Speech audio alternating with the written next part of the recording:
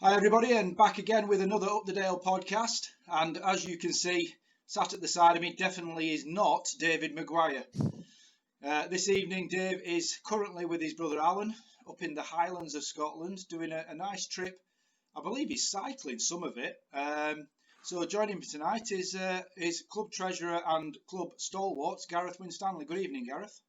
Evening, Neil. You well? I'm very well, pal, very well. I'm not as well as Dave, though, because just before we started filming, I will put the picture up. He sent me a picture of the Glenmorangie distillery, which he was just nice. about to go on a tour around, and I believe there may have been some tasting happening after said tour.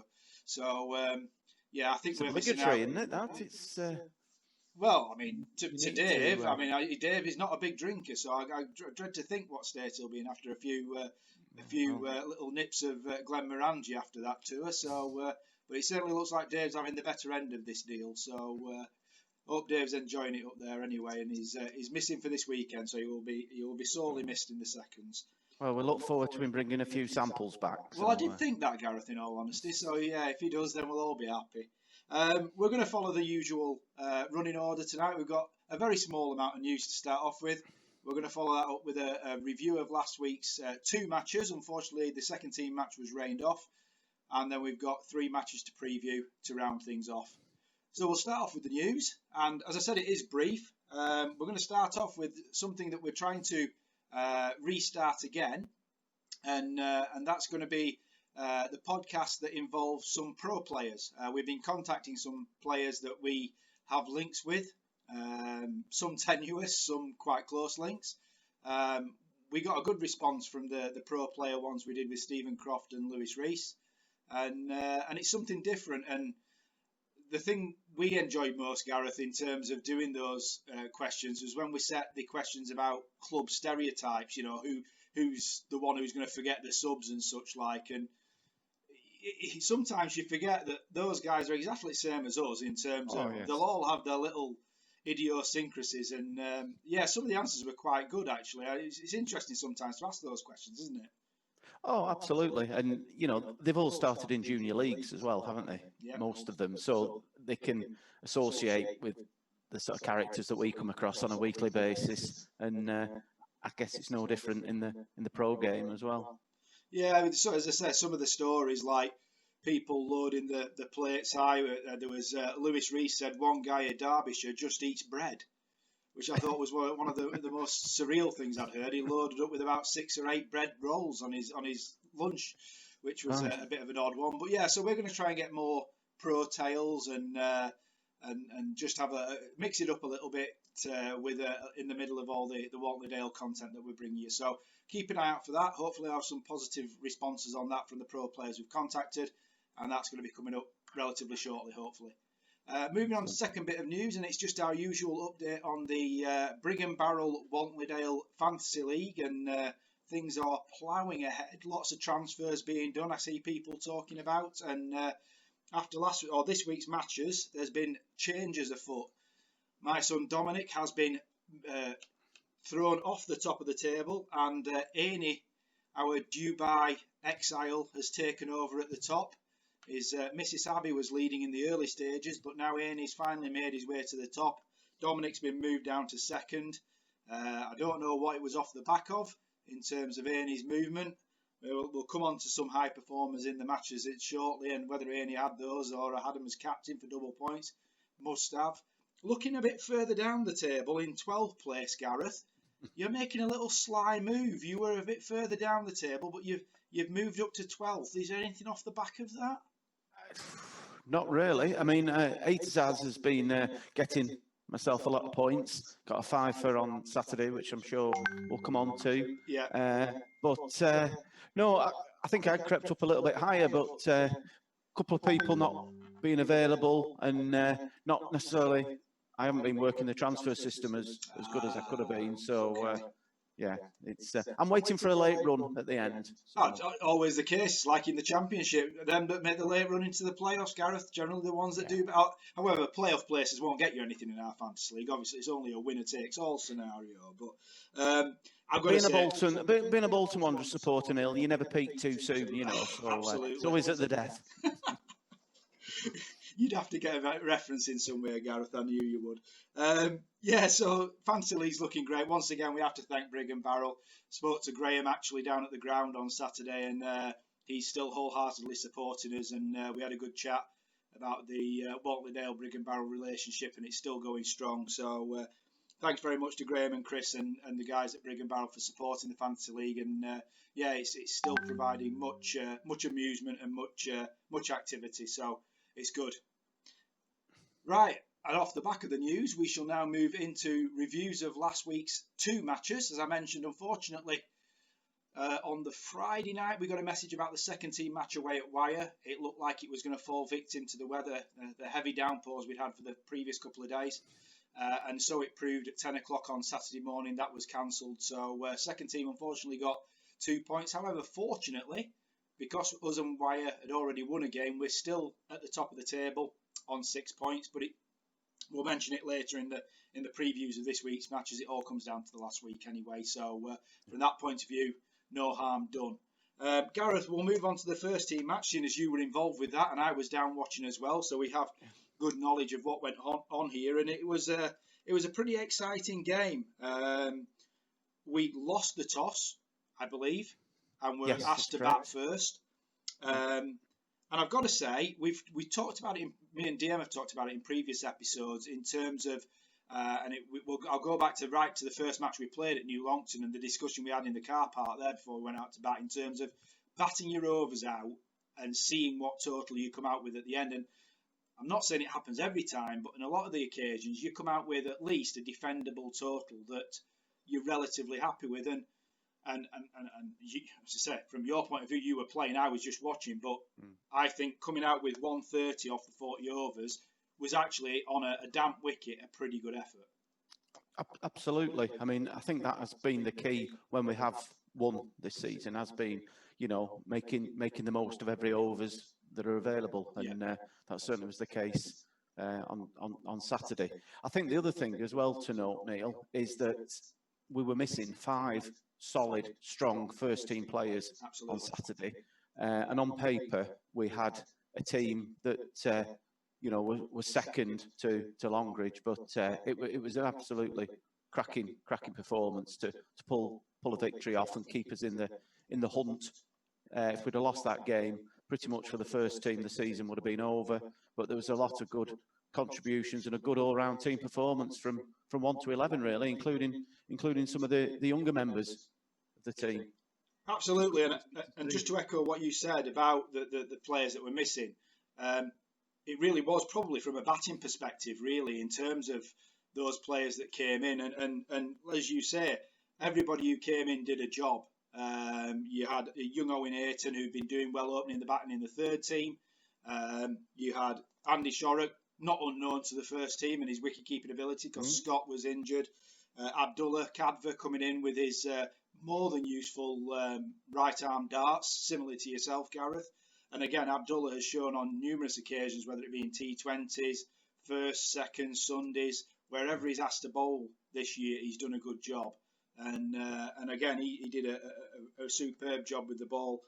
Batting wise, as you said, one of the younger players really shone. Matt Simmons had been promoted to the first team this year with a view to him gaining experience at that level, because we certainly know he's got the technique.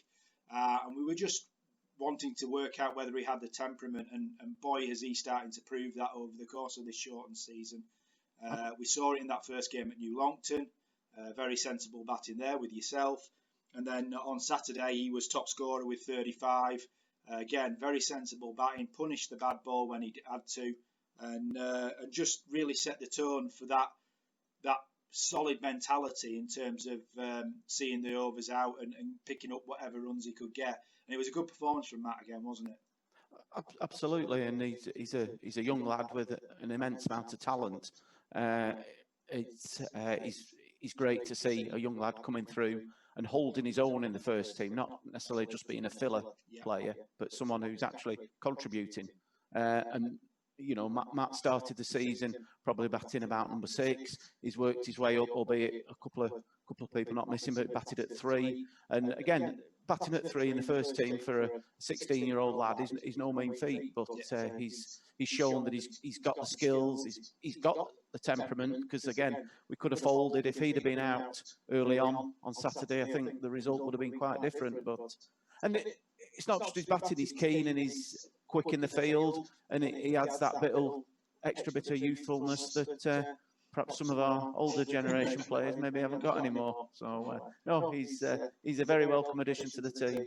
Well, I think certainly I've noticed over the games I've managed to see in the first team or take part in, his confidence is growing as well. Definitely, you can see that week on week, and his confidence either both in his own ability and in his presence within that first team environment. And I think Saturday was a key point in that, in terms of him bringing that to the fore and being top scorer. It was outstanding. So yeah, well done, Matt Simmons.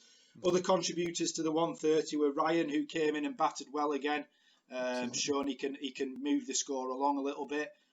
Disappointing to see him once again wanting to play across the line. I wish he'd get those shots out of his system, because he plays so well straight, and then he decided to go for a slog sweep and got bowled.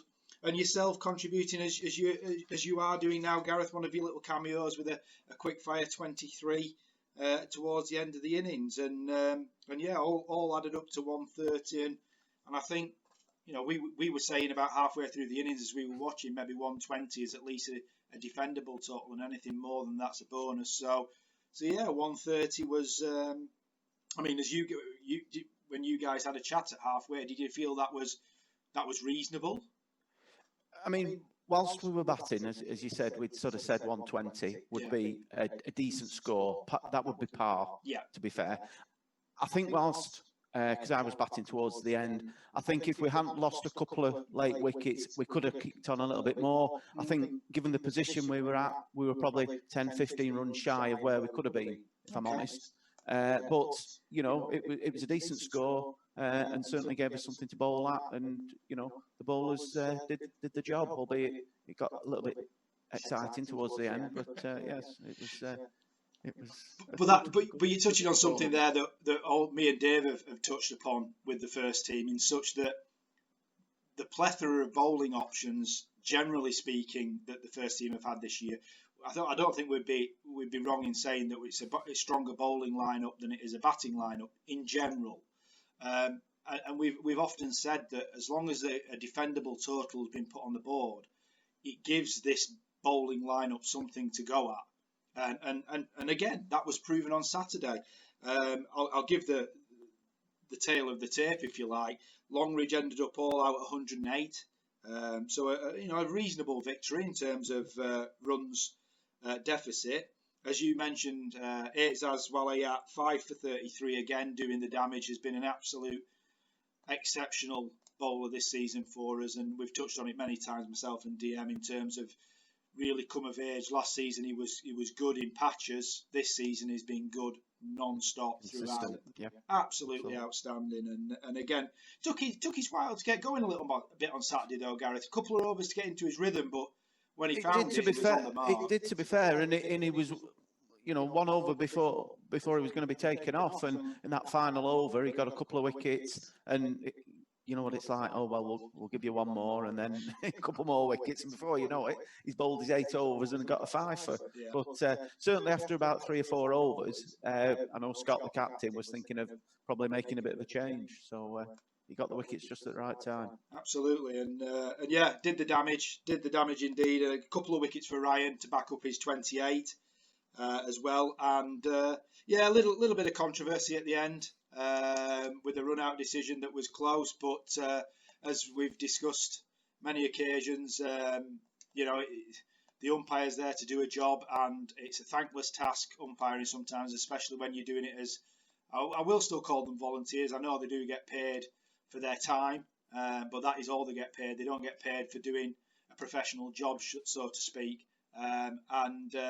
And yeah, as I say, it's all been sorted out now, but there was a contentious decision at the end. But suffice to say, I think even if that hadn't have happened, we were still in the box seat. There wasn't many wickets to go, and yeah, it was all in all a good victory. And as you said, that really keeps us in the hunt now to progress to the semi-final stage, and one win this weekend, and we're right back in it. So, you know, there was a little few heads dropping, Gareth, after previous results, and I think that was an absolute, boost on Saturday to everybody's confidence moving forward. Most definitely, and it was a sort of a season-dependent match. Yeah. If we'd have lost that, the season would pretty much have been over for the first. But I mean, one of the things, and I don't know if we've touched on it in previous podcasts, that has certainly impressed me this year has been Scott's captaincy. He goes about his job in a calm manner, and for someone who's learning his trade, he never comes across as being flustered. Say there was a situation on Saturday where it was getting close. Ryan got 2 wickets in an over, and without that, I think it would have been a tense finish. But he keeps a calm composure, never seems to be flustered, and for his first season, I think he's doing an excellent job, and hopefully we can reward him for some of the decisions he's making. Absolutely. I mean, speaking to him and Harry over the winter, the way they've approached this as a whole, not just on the pitch. And yes, you're right, on the pitch they are being between them. I know Harry wasn't there on Saturday, but they are working very much as a partnership, and as you say, really thinking decisions through. But yeah, I've just been very impressed at how they've both approached it. Scott in particular, from the winter on, he really had a plan as to players coming back and players he wanted to promote, like the Matt Simmons situation, for example, and giving Matt, this shortened season in the first to see how he would react. And yeah, it's been a really impressive sort of first half season, certainly for those two as a little partnership, because I think they do work well as a partnership, as Vice and Skip. They do bounce off each other quite well. So no, I completely agree. As I say, I've had good chats with Scott and Harry for that matter, and yeah, it's been looking promising in that. It is definitely. Absolutely, and it's good to see, because we have bounced around first team captains over the last few seasons, and yeah, it's been good to see them two sort of as a partnership settle into it. And Scott, as I say, is well known to the club and he's been in the club for a long time, despite not being as old as some of us. But I think he's really taken to it. So well done, Scott, and the first back to winning ways. So obviously we're going to skip the seconds, as we mentioned, and we'll move on to the thirds, who were supposed to play Vernon's at home, Vernon's fourth team. But we switched to Vernon's, which is always nice. Less organising for us to do at home and less pitch prep for Mick to do. So I know Mick was delighted with that.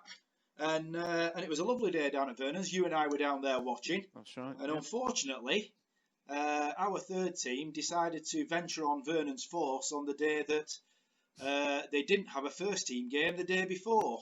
So we faced a Vernon's fourth team that was more akin to their second team, considering the mix of players that were in it. And I have since seen their third team, which I know they're both playing on Sundays, so in theory it's not like a strictly true first, second, third, fourth team scenario. But let's just say their third team was substantially weaker than what their fourth team was. So it was a bit of an awkward one for the third team, I've got to say, and I do feel for them a bit. At least 3 of the players that they were facing were, whilst young first teamers, were not true juniors in the sense of the word either. They were probably under 19s, under 20s, and whilst Vernon's didn't play it strictly, there you go, they're going to do everything for us. It was a tough ask, let's put it that way. But once again, we both said the same at the end of the game. The thirds never let their heads drop. Absolutely, yeah. Suffice to say, they were roundly beaten, but they never let their heads drop. Their enthusiasm was there from ball one to the last ball, and we got some, and we still got some good performances out of it, Gareth. So again, tail of the tape, Pete lost the toss, unsurprisingly. There's not many people winning the toss this year at Wandale, Gareth. I factor myself in for that one, to be fair, but Pete lost the toss and was asked to bat, unsurprisingly, again on a slightly damp wicket, and one that continued not performing to the. It wasn't the best, I believe, was it? Yes, it wasn't the best.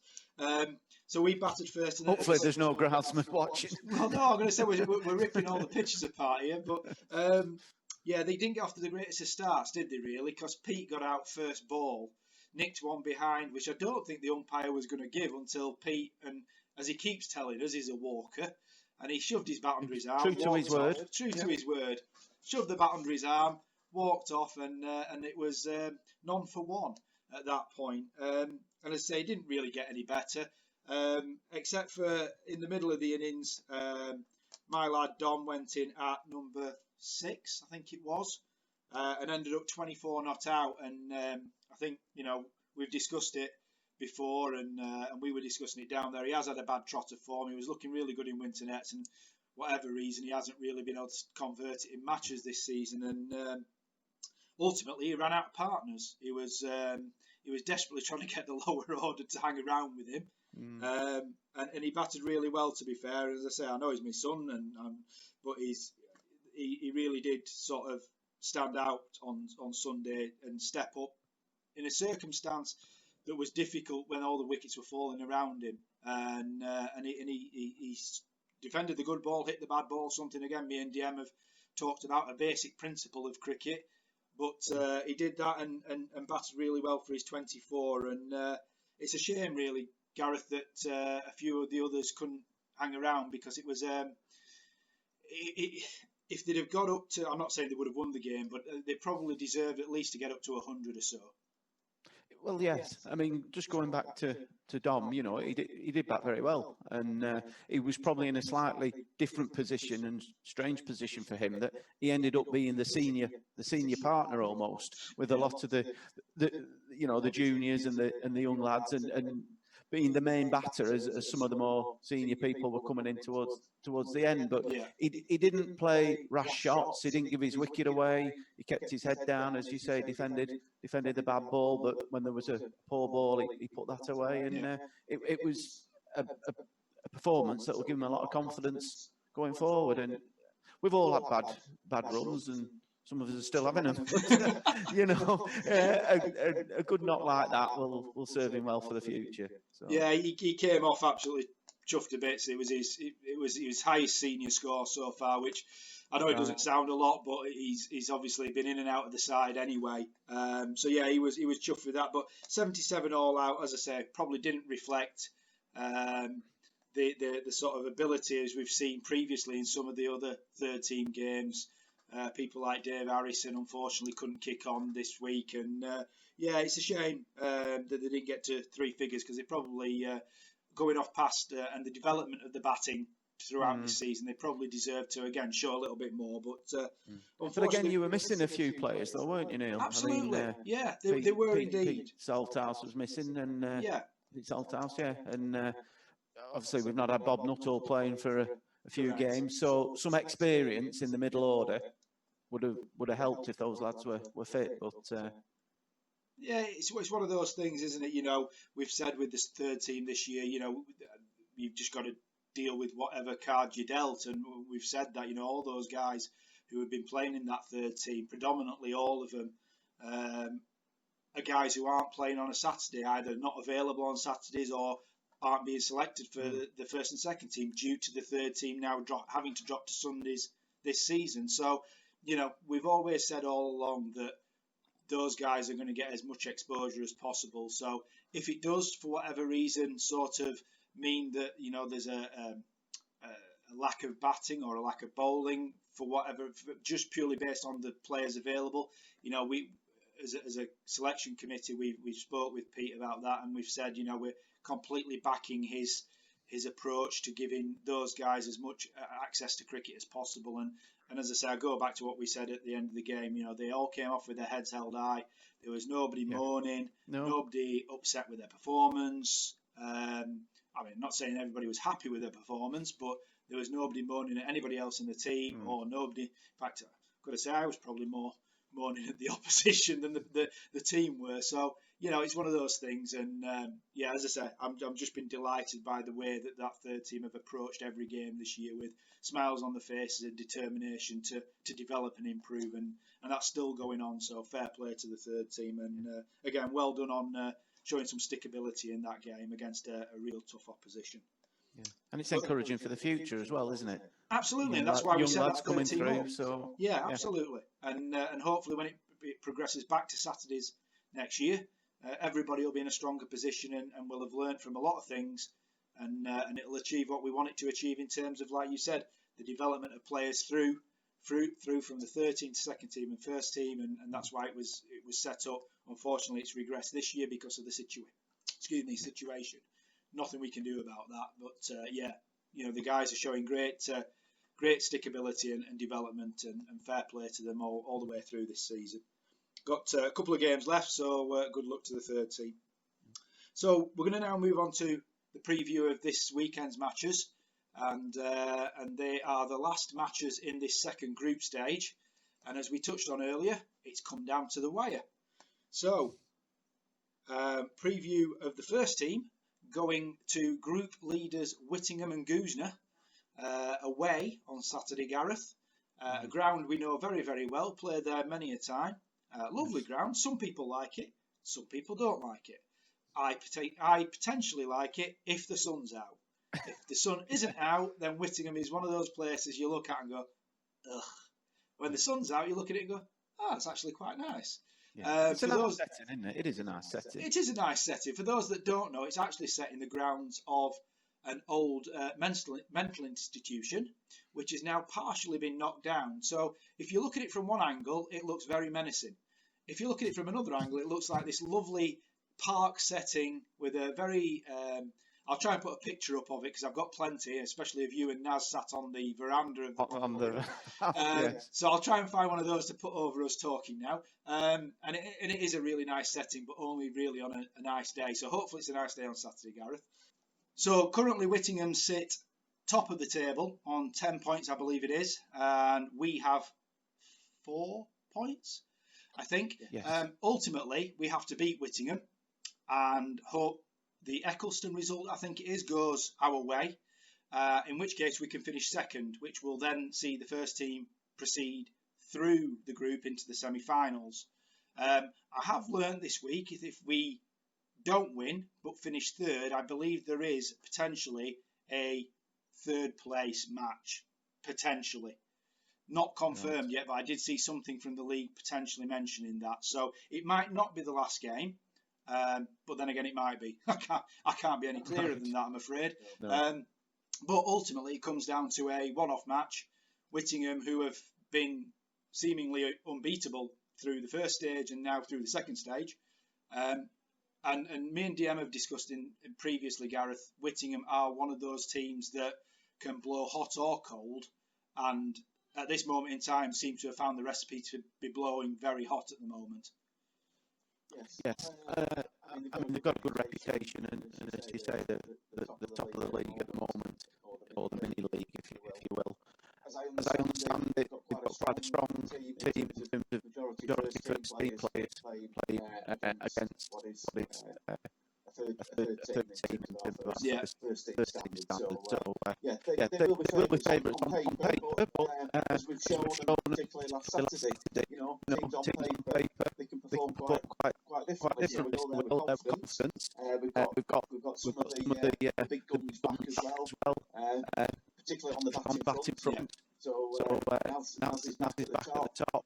We've got Mac as well, and the bowling department, Matt Easternback, who's been a big loss for a couple of games. He has been bowling really well this season. So we go there with confidence, a good strength team.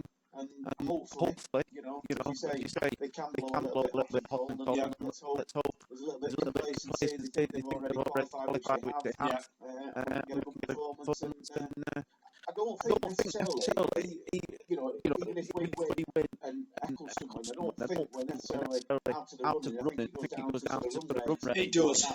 Yeah, there's a runs per wicket sort of decider that's at play, almost like your goal difference in football. It's not as easily worked out as goal difference in football, unfortunately. I'm still yet to try and work it out. But yeah, it's quite tight between ourselves and Eccleston. So I think ultimately, if we do beat Whittingham, a good win against Whittingham will see us a win will see us through. A close loss may ultimately see us through as well. So yeah, it's going to be a difficult one. But you're spot on what you say. We've got some players returning who have performed really well for us already this season. And as you say, one thing I didn't even consider, in all honesty, Gareth, was the fact that they are already through. They can't be reached at the top of the table. So yeah, maybe there will be a little bit of complacency. Maybe there will be a little relaxation from them. We'll have to wait and see. But as it stands at the minute, yeah, one good performance from the first, and I think overall my view is that the first have performed as we'd hoped they would do if we were going to go into the full season. Over the winter, when I said I was having those chats with Scott, we were really hopeful that the makeup of the first team was looking strong. A couple of new players addition, a couple of returning players. We were very hopeful, and I think all in all, with the exception of what was the match you lost? Eccleston. With the exception of the Eccleston game, which again was a rain affected Duckworth Lewis game. So again, difficult one to sort of take into consideration. With the exception of that game, I think everything's really pretty much gone to plan. So it would be a good reward for you to at least see it through now and get through this group stage, wouldn't it? Absolutely. As you say, there's been a lot of positive performance, not necessarily from the big name players that you would have thought. Yeah. Matt Easton bowled exceptionally well this season. I don't think he's had a bad over. When he's been available. Matt Simmons has chipped in with some very useful performances. And we've had other good contributors. So it is looking a healthy position for the first team. We've not got to rest on our laurels. And it's always good to have players knocking on the door, coming through from seconds and all that, just to keep people on their toes. But yes, all in all, I think whatever the result is today, there are a lot of positives that we can take going forward. Absolutely, and then all it needs then is a strong winter from everybody. Lots of enthusiasm over the winter, which I'm from last winter, I'm sure will happen again. And then take that into next season. As I said, this season isn't done yet. Let's keep our fingers crossed for a good performance on Saturday, and people can come away from Whittingham with a smile on their face, and we'll be going through to a semi-final. So yeah, good luck to the first. Might be changing holiday plans if we're on. Absolutely, Gareth, because then we get a little bit of extension further into September, more than we've ever had before. So it'll be interesting to see and see if the weather holds then as well. Indian summer and all that. So first travel to Whittingham. At the same time, the second team are at home to Ray Green seconds. In again, I won't say a must-win match, but a match that if they do win, we go through to the semi-finals as well. And as it stands at the moment, we are joint top of the table with Wyre, who we got rained off against last week. Ray Green, who we play, went to Darwin, who we beat the other week, and they beat Darwin. So Ray Green currently sit on 4 points, and us and Wyre sit on 6. So it is a must-win, because if Ray Green beat us, they'll go above us. However, it'll be interesting to see what the outcome of the other match is, because to be fair, Wyre have been looking strong as well. So I would think that Wyre would beat Darwin, but again, you don't know that. But we are, again, to echo what we said about the first team, one good performance away from the semi-final. And again, it's Ray Green, a little bit of an unknown quantity to us. It's not, their second team isn't somebody we've played for a good number of years, and I know the second team used to play them. I don't know what the makeup of their team is. So it's going to be a tricky one for us, Gareth. But again, we all right, we didn't play last week, but carried on from Darwin was a good result again, with a little bit of a makeshift team, people coming in and doing different jobs. Andy Shaw's batting further up the order. Sam Bolton's come in and through a little bit of lack of confidence in himself, but his bowling was superb at Darwin. And all it's going to take now is again one good performance and carry on that confidence into this Ray Green match, and again that good form actually bears some fruit. Yeah. And I think as well that you mentioned like Sam Bolton. It's good to see them performing with the ball, isn't it? Because Sam's got a lot of attributes, and he's not doing it with the ball. Hopefully he can chip in with a few runs. He's exceptional in the field. So again, it's good that it's not your big name players, if you will, who are pulling out performances week week in, week out, but it's a 1 to 11 team performance. And the thing that the thing struck that struck me is me that is it's good it's that we're good that going we're going into into September, and there's a and there's a lot lot still still to to play play for. for. And I think a lot of credit's got to go to the league and the format of this mini season, if you will. Yeah. But It's not it's not dead dead rubber rubber games. games. There's There's meaningful meaningful games games that that is keeping keeping everyone's everyone's interest interest as we're as going we're going into into the darker the darker nights. nights. Well, I had that exact discussion this evening with somebody I was speaking to earlier, and said, you know, I in the past have been the biggest critic of our league over some decisions they've made. However, I cannot praise them enough. Dave Lever, Alex Diver, anybody who's been involved, Rob Hales, in the organising of this, those guys deserve so much credit. It's untrue, because, as you say, I've seen what some other leagues have done. Not all of them, but one or two, and they've been nothing like the format that we're doing, and not nowhere near as good.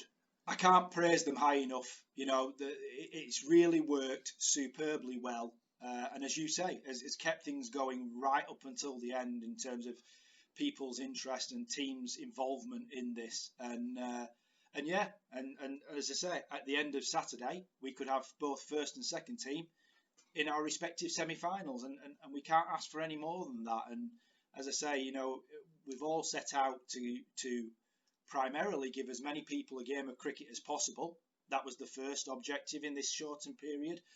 But ultimately, if we can do well, and everybody performs to the best of their ability, which, you know, has happened in the main, then it's superb to see us in this position. And yeah, so one game away against Ray Green Seconds at home on Saturday. And hopefully the seconds will join the first in semi-finals. And for a little club like Watley Dale, Gareth, we can't ask for much more than that, can we? Not at all. And you know, if you think back to sort of the end of June, we didn't even think we'd be playing any cricket, did we? So, as you say, to have the potential of two teams in a semi-final and potentially, you know, in finals, then you know,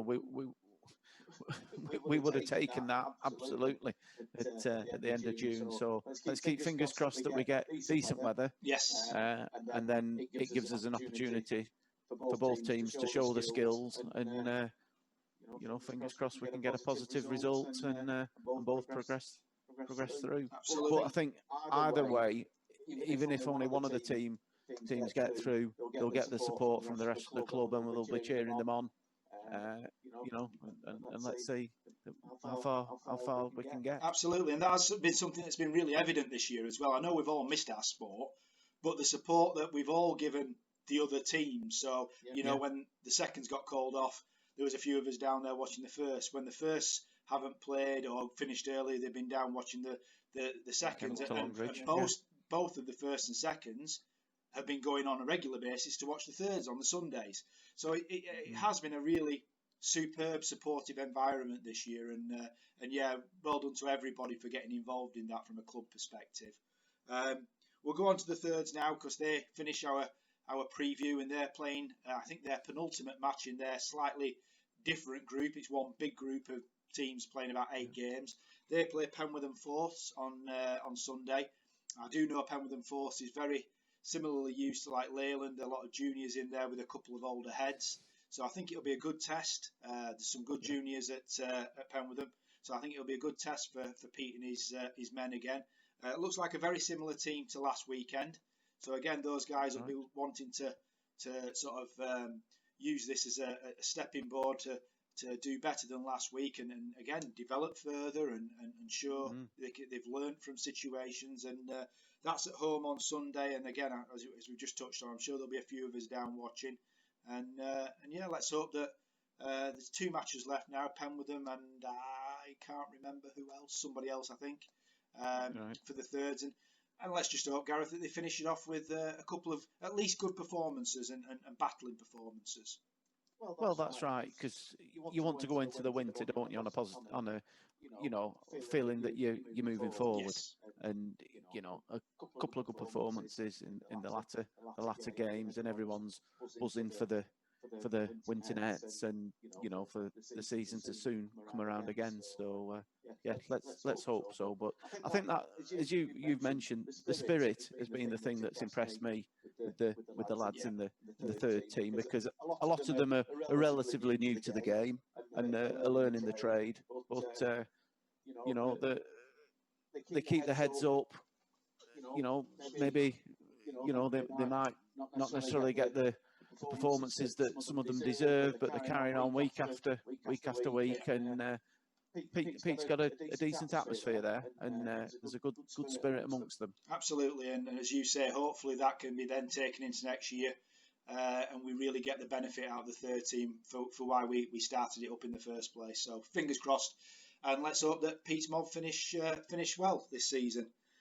So that's it. We're going to wrap it up. Gareth, thank you very much for joining us. No worries, Neil. It's always enjoyable. Well, hopefully DM's back next week. He's as you say, he brings a nice case of Glenmorangie back with him. That'd be very nice, DM. If you watch this, you and Alan can dip into your pockets, I'm sure, and bring some of that back. And we'll be back next week, hopefully with more news of wins for both first, seconds, and thirds, and positive results all round. And yeah, keep your eye on social media. We've got the performance of the month for August to start up. That'll be starting up tomorrow as well. Some really big performances. I think I've got an inkling of who might win it this Can I put £5 on Mr. Wells? I think Mr. Wells might well be in for running a century. Is always a worthwhile choice. But I've got to say there has been a lot of top performances this month, even more so than there was in July. And we got 4 good performances out as nominations then. I think we could easily get 4 and probably nearer 6 or 7 good performances out from August. So that'll be going up. But you know me, Neil. If I'm putting £5 down, I'm pretty certain who I know is going to win it. I think it would be odds on if the bookies were offering anything on it, Gareth. That's for certain. But as I say, those that have done well deserve to be nominated, and we'll put some nominations up on social media tomorrow, and get some votes in for the August player performance of the month. So keep an eye out for that. But that's it for now. Another Up the Dale podcast in the bag.